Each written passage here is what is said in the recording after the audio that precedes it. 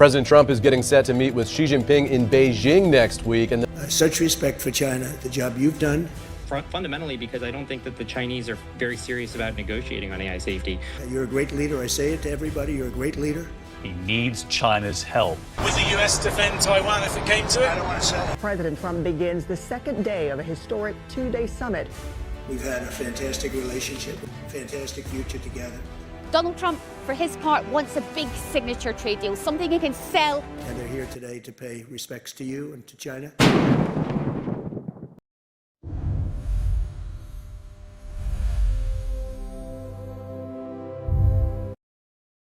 Si vous deviez quémander une faveur urgente tout en voulant projeter une image de puissance absolue, que feriez-vous? Donald Trump a tenté exactement cela. Eh bien, il a l'air faible, mais la faveur a fonctionné. Sous les lanternes rouges du salon doré du Grand Palais du Peuple, un serveur remplit 2 verres en cristal de vin chinois. Donald Trump lève le sien vers Xi Jinping. Xi lève le sien en retour. Leur regard reste verrouillé. Dehors, 9 fuseaux horaires plus à l'ouest. Une guerre que ni l'un ni l'autre n'a déclenchée de manière convaincante s'embourbe dans son 5e mois. Ce toast est intervenu 4 jours après que Trump, dans le bureau ovale, a décrit son propre cessez-le-feu avec l'Iran en termes médicaux, le comparant de lui-même à un patient à qui un médecin ne donnerait qu'1% de chance de survie. Selon les comptes rendus de CNBC et Bloomberg, Trump a qualifié la dernière contre-proposition de Téhéran de morceau de poubelle et a avoué presque comme un détail qu'il ne l'avait pas lu en entier. C'est ce fait qui donne tout son sens au voyage à Pékin, un président incapable de clore la guerre selon son propre calendrier, utilisant une visite d'État pour demander, sans le dire, une aide qu'il ne peut solliciter ouvertement. 6 semaines plus tôt, le secrétaire à la Défense Pete Hegseth avait déjà fait un aveu plus discret. La Chine, disait-il, avait donné des assurances de haut niveau qu'elle n'enverrait pas d'armes à l'Iran, excluant explicitement les missiles solaires. Trump avait besoin que cette promesse soit honorée, bien plus que des aspects protocolaires de ce voyage. Le tapis rouge, visiblement plus mince que celui de la visite d'État plus de 2017, la visite du Temple du Ciel, l'accord pour que la Chine commande 200 avions Boeing au lieu des 500 évoqués par les experts du secteur. Chacun de ces points a été présenté comme une victoire. Le récit officiel offre une histoire bien plus propre que celle qui se joue en coulisses.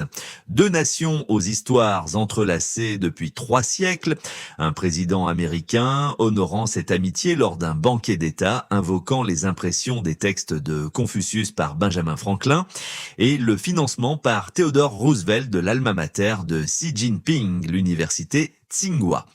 Je reviens sans cesse à ce que ce récit est censé accomplir si les 2 pays ont toujours été aussi proches. Alors arriver chapeau bas n'est pas un aveu de faiblesse, c'est un héritage. Il a qualifié cela d'historique. Ce n'est pas le public de la salle qu'il devait convaincre, c'était la guerre chez lui. Pour les alliés de Taïwan qui observaient la scène depuis Tokyo et Séoul, le retour de bâton s'est manifesté par un simple report. Interrogé par Brett Bayer de Fox News lors d'une interview enregistrée à Pékin pendant la visite sur son intention d'approuver une vente d'armes de 14 milliards de dollars à Taïwan, Trump a qualifié cela de très bonne monnaie d'échange avant d'ajouter « je ne l'ai pas encore approuvé ».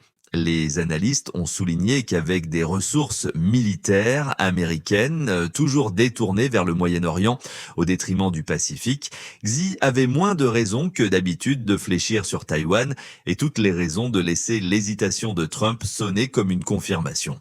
Cela l'a sous-estimé. Pour une fois, la main la plus forte dans la pièce appartenait à quelqu'un d'autre.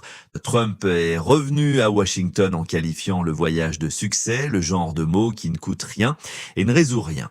Le détroit qu'il était venu débloquer est resté exactement aussi fermé qu'à son départ. La guerre est restée sous assistance respiratoire.